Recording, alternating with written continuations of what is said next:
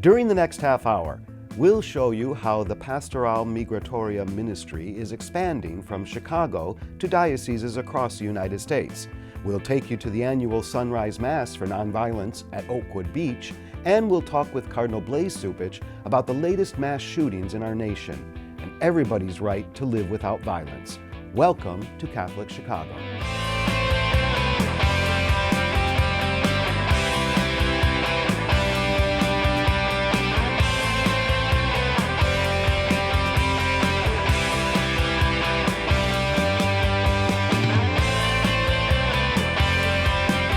The Archdiocese of Chicago is a vibrant and diverse faith community. We celebrate our faith through worship, evangelization, and reaching out to the needy. Welcome to Catholic Chicago. Hello, I'm Todd Williamson, Director of the Office for Divine Worship for the Archdiocese of Chicago. And I'm here in the studio with Cardinal Blase Cupich. Cardinal, it's good to see you. Welcome. Thank you, Todd. Great to be back. Thanks. There's an awful lot of topics we want to touch on today. But the first is most recent. Over this last weekend, as we're recording this now just days ago, the nation has experienced yet more mass shootings in El Paso, Texas, and Dayton, Ohio.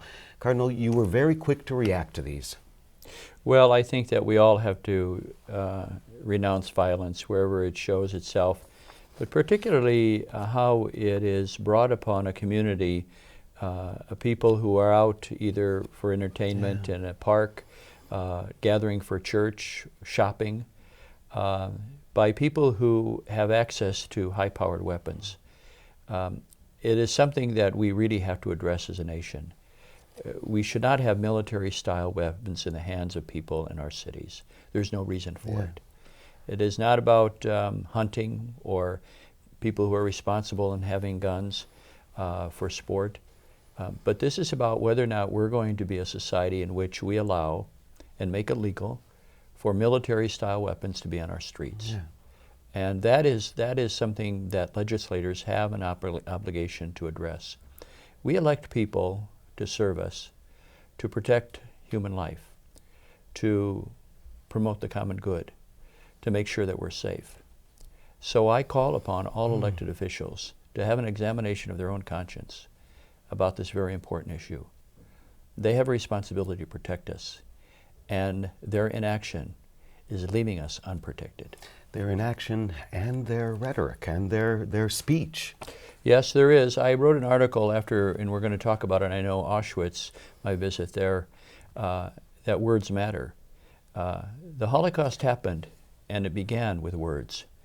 We're seeing that attitudes are being shaped in society today by rhetoric that's hate-filled, that's also racist, that demeans other people, that takes the plight of immigrants and refugees so very casually and even in a derisive way mocks them.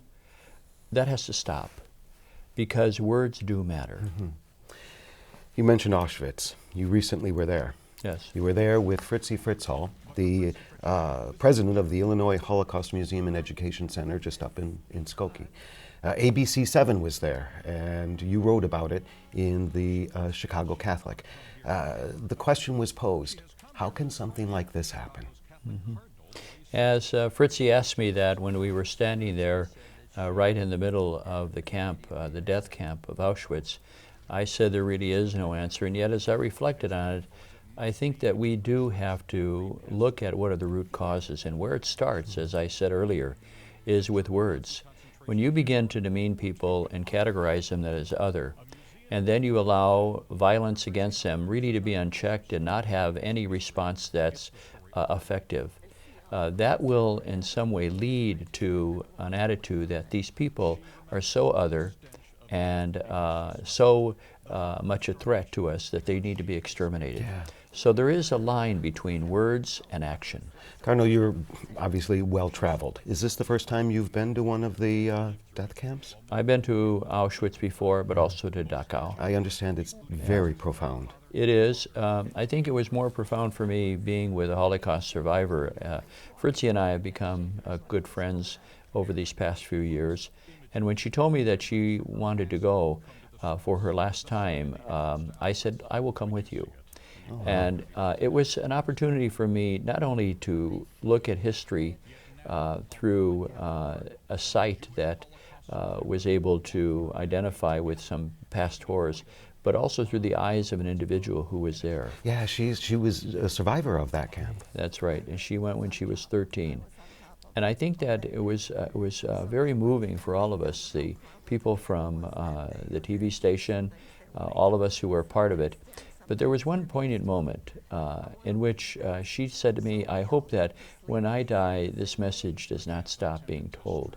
And so I saw a group of young people, and I said, "Why don't you gather them over here and you tell them the story, so that you realize that these young people are going to tell someday their grandchildren and their great-grandchildren that they met a Holocaust survivor.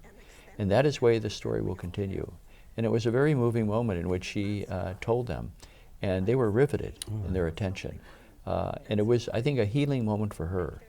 It's these, is it not, those kinds of experiences that can turn experiences like Auschwitz, mass killings, El Paso, Dayton, it's those kinds of experiences that can turn that, is it not? When you attach a person to the other. Well, it will increase the possibility that this kind of horror will not happen again. But we have to keep talking about it. Yeah.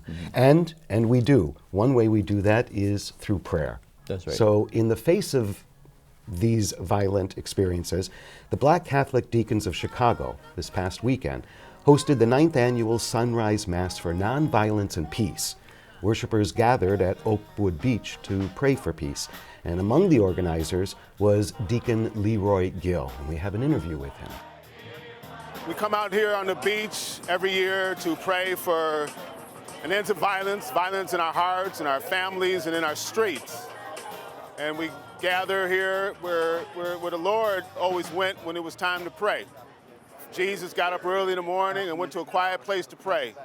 So for 9 years now, we've been coming out here on the beach to pray for an end to violence. Maybe the question that we should be asking is not why bad things happen to good people, but how do we respond when they happen, amen? How do we respond when the innocent suffer? Church, I tell you, we do what we're doing right now. We pray, because prayer changes things. We look to God and trust in His wisdom and power. In the midst of our pain and suffering, we have the assurance that God is with us. When something happens to one child of faith, it happens to all our children. And violence can happen anywhere. And I think it's important as we as Catholics, we as Christians come together as one for this common goal. We all are affected when a child is killed. You know, our families are important. And everything to me begins in the family. I think John Paul said that humanity passes through the family. People don't realize the power of prayer. I believe that people don't realize how important their prayer is, just their own prayer. So when everybody comes together and prays, things happen. Quite an experience on the beach. Yes, I was there, I think 3 or 4 years ago, and Deacon Leroy is a real leader who brings people together. He's a very engaging individual. And it is a moment in which people do come together to make sure that the first thing that we do in the morning is to pray for peace. As they saw the sun rise from the east over Lake Michigan. It's really a beautiful experience, and I encourage people to attend. The Benedictus, the dawn from on high shall break upon us. That's right, exactly. To shine on those who dwell in darkness and the bring shadow peace. of death. Yeah, Yes, yeah. that's right. So that's quite an annual event. That's quite a statement of the Black Deacons to make in the face of everything we've been talking about. Exactly. They're stepping forward. They know the tragedy of violence in the city as much and more than anyone else. You know, it is violence. It's a different form of violence. But recently you also made comment about the reinstatement of the federal death penalty. For the first time in 16 years, you and the other bishops of the United States have made a statement on that. Well, yes, particularly in view of the fact that the Holy Father has asked for a change in the wording in the Catechism, in which he makes clear that there is no justifiable moral good reason to impose a death penalty. And it is, I think, important as a pro-life issue. We have to be pro-life from the first moment of conception to the moment of death. Our agenda for pro-life begins with the unborn but doesn't end there. And the Holy Father has made that very clear. If we're going to be consistent that we have an unconditional right to life, that all human beings have a right to life, then we should not take it away even for those who do terrible crimes. It is, in fact, sending a message that we can solve problems by killing people. Yeah. We can solve murder by killing, and that seems to be such a very ironic and insane way to move forward. Oh my gosh. With all of this, and the whole first half of this show dealing with violence and murders and mass killings, it's changed to a more positive experience most recently here in the Archdiocese. Recently, the Pastoral Migratoria hosted a workshop, a national workshop for those who are involved in immigrant-to-immigrant ministry. This was something that was part of the Archdiocesan office that has gone national. Talk about the importance of that. Well, it is. We have done such good work here in the Archdiocese in giving those who work with migrants and migrants themselves an opportunity to see that this is pastoral work of the Church. And so there is training for that. Other dioceses have discovered the success we've had and asked for help. And they really do a fine job of making sure that there is a pastoral approach to migrants, but also to realize that we're enhancing our pastoral ministry by inviting migrants and those who are new immigrants into our church to enliven it. So it really is a two-way street. The Office for TV and Radio was there at that workshop. Oh. We actually have a video clip. Let's watch. Good. Let's do that.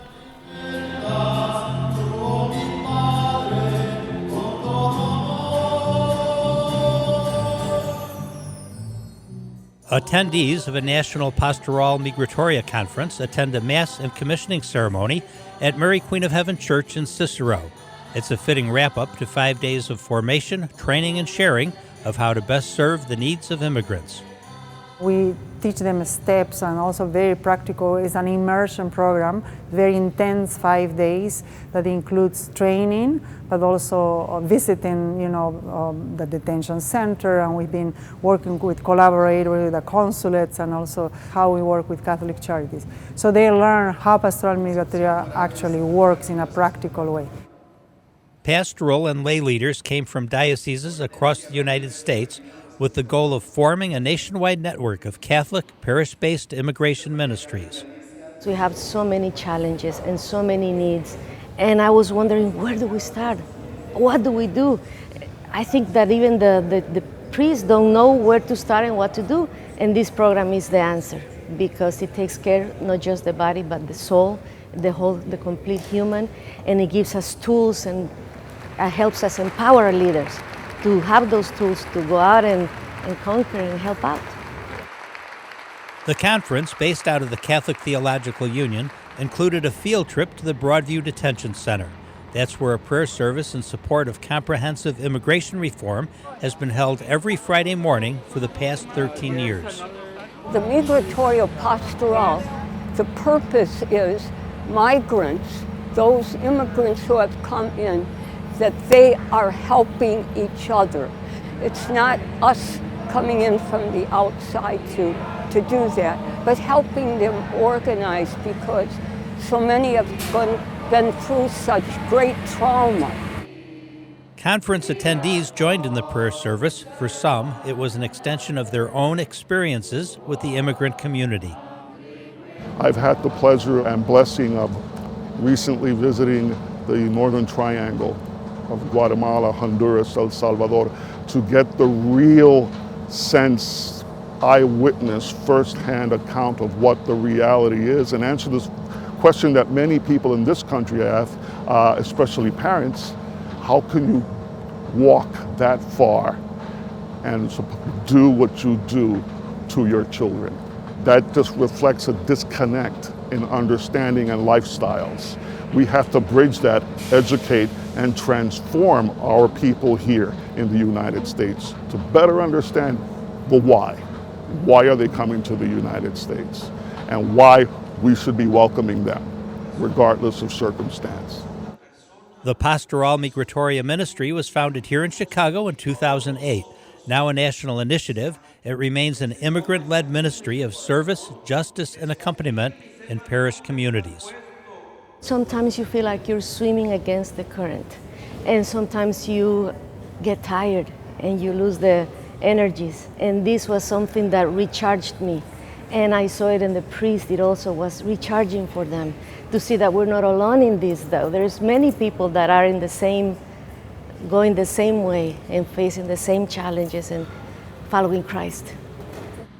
Truly inspirational, truly inflaming, set the heart on fire, and we got to go forth and continue to blaze that trail. Let's hope that we can open up our arms and embrace our brothers and sisters, that we're able to spread love and goodness and kindness, not the fear and hatred that exists today. I find it significant, Cardinal, that diocesan leaders from other dioceses and archdioceses were seeking the assistance that Chicago was able to give. Well, you know, Chicago has been at the forefront of a lot of innovative practices in the pastoral life of the church, so I think it's part of a legacy and a tradition that we're proud of. Yeah. Another event that the Archdiocese has been part of was the 34th Annual Interfaith Memorial Observance for Indigent Persons. It was held at the First United Methodist Church at the Chicago Temple. Now, this observance commemorates and celebrates the lives of those who were buried by the Office of the Cook County Medical Examiner. Here's part of that observance. Brothers and sisters, I bid you welcome to this house of prayer for all people. But more importantly, I welcome you to our concern for the love of all persons, both in life and in death, and our desire to see wiped out the scourge of indecency and the benign neglect that permeates the atmosphere of too many quarters of our life. I thank you for being here today. This service was first established by the late Earl Lewis in 1986 so that Chicagoans would have the opportunity to come together to honor the members of our community whose final disposition was entrusted to Cook County. May God bless and keep those who we have lost. Let us now remember those who came before. Some of them have left a name so that men declare their praise, and there are some who have no monument, who have perished as though they had not lived, who have become as though they had not been, with their children after them. Life and death are inseparable. This is all in accord with nature's law, which we Zoroastrians call Asha, the natural law of order and harmony. And death is but a prelude to the greater life beyond. We wish the departed souls a life of bliss and everlasting happiness beyond. Into your hands, O Lord, we commend our brothers and sisters. Gracious God, in whose presence live all who die in the Lord, receive those we name this day into your merciful arms and the joys of your heavenly home. May they and all the departed rest in your peace. Amen. At the Chicago Coalition for the Homeless, we work every day with people that are experiencing or have experienced homelessness. They are our partners in our efforts to break down the systems in our society that create and perpetuate homelessness. We refer to them as our leaders. They are not the homeless. They are Maxica and Derek and Adrika and Charles and Catherine and Kelly and Gloria and Myron and Elgina and Tom and Mark and Tim and Sinovia. They're not homeless. They're our friends. David Mart, Kit Ormsby, Alfred Salazy, Antonio Garcia, Bella Boker, Pablo Acevedo, John Henson, San Juan Huepitak, James Carpenter, Antonio Blase Cupich, Douglas Whitaker, Sharice Hancox, Lloyd Lunar, Anthony B. Ingram. 34 years ministry to those unknown who have died. Yes. The Cook County officials came to me some years ago and said that the budgets that have been cut, that they've had from the state, have been cut back, and would we help with that? Yeah. And our cemeteries have been at the forefront of offering that kind of service. Again, it is an opportunity for us as a church to, as the Pope said, be the field hospital in the world, in which we care for people who are wounded, and in this case, those who are wounded so severely that their lives are taken and there is no one to care for them. A corporal work of mercy is burying the dead. And I think that it is part of our tradition to do this. When no one else remembers them, we do. Right. And that's significant. Remember, we're one of the few Christian communities that sets aside a day to pray for the dead on our souls. And so it's really at the core of our convictions about who we are. Nice, nice. You were recently the main celebrant at the Asian Community Mass in honor of Mary, Mother of Cultures. It was a beautiful, beautiful expression of cultural diversity with attire and ethnic dress and images of Mary that were carried in procession and the number of people that were there. What are your own thoughts about participating in such a beautiful celebration? Well, first of all, I enjoyed being with the Asian community. As I told them, their loyalty within their own family structures is something that we can all learn from.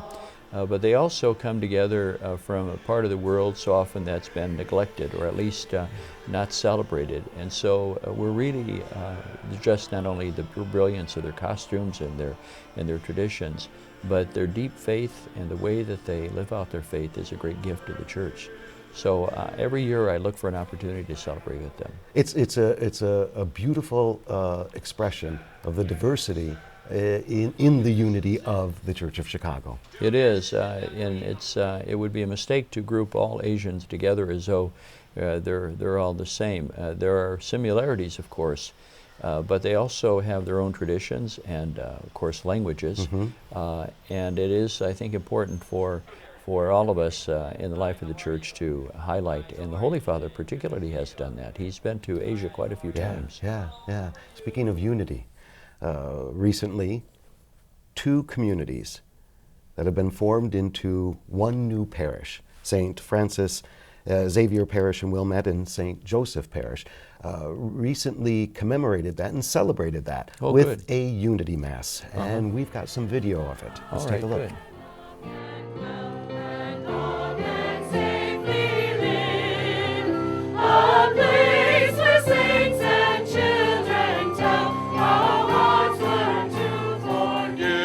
Today we're having a unity mass. It's the day that we prepare to become one. St. Joseph and St. Francis will combine to become one parish starting tomorrow morning. It's an exciting time, and we're having the mass in this park, Vatman Park, which is named after a archdiocesan priest, Father Vatman. And on one side of the park, the east side of the park, was the former boundary of St. Francis, and the west side of the park is the former boundary of St. Joseph. So as of tomorrow, this park will mark our unity. So we have our unity mass today. This is a happy day. We are unifying both parishes, St. Francis and St. Joseph's, to form a Catholic community in Wilmette that is going to go forth and spread the good word. One of the things we've done is we made sure to take everyone's best interests at heart when we've put this integration plan together to transform the communities from two into one. Plus, we also took an approach of being highly opportunistic and how we can improve. I said to the folks at St. Francis and St. Joseph, it is going to be the role of all the people to go out and to preach the good news. Today's gospel, Jesus says, follow me. He also says no excuses. And so as we follow Jesus, we want to do what Jesus wants us to do. We want to go out and invite, we want to engage, and we want to welcome. It's a lot of people that don't know one another that are Catholic, amazing people and families, and I hope that together we can create something that is hard maybe to put to words. I think being here and seeing all of these people being open to change is really, really important. Together we can do great things. Since I've been a parishioner at St. Francis, of course, my heart went, oh, my church, my community. But the more I got to thinking about it, it's the right thing to do. It really is. We need numbers and we need people that love one another so that we can share God's love wherever we go. And let's start in our own community, our village, our world. To all of you who made time on this pre-4th of July weekend to be present, it's really something. It's really something for me to look out and really hear the call to evangelize. Let's make this Church of Wilmette the best church in the United States of America.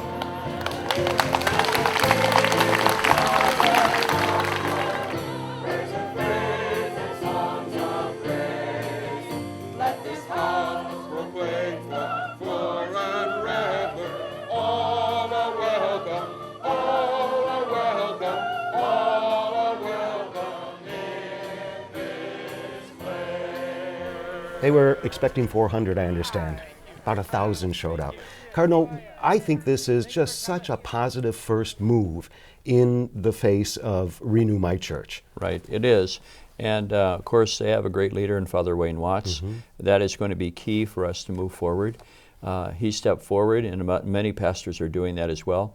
Yes, there is pain in having people look at their past and see that there has to be a new future. But these people are people of faith. They've come together and they understood what it means for us to be a Catholic Church. That it's not a matter of just parochial boundaries that should in some way define us, but that we need to come together in order to pass on the faith to the next generation. That is in the hearts of all those people that you saw in that video. That's why they came. They're serious about wanting to make sure that they're not the last Catholics in their family, and that they pass on the faith. Yeah, and of course the Eucharist is the sacrament of unity. So what a perfect way to begin a new parish. Right, and it's also the sacrament in which we commit ourselves to share life. Yeah. Just as bread that is broken and shared, so their lives have to be shared too. What a perfect ending note. We've covered the gamut today, Cardinal. Well, we Thanks did. so much for all of your input. You did. We went through everything, it seems. It was. I appreciate it. It's always good to see you. Thanks, Todd. To our viewers, thank you for watching. I'm Todd Williamson. We'll see you next time on Catholic Chicago. We invite you to watch segments of Catholic Chicago and hundreds of additional Catholic videos at youtube.com/Catholic Chicago. Like us on Facebook. Follow us on Twitter.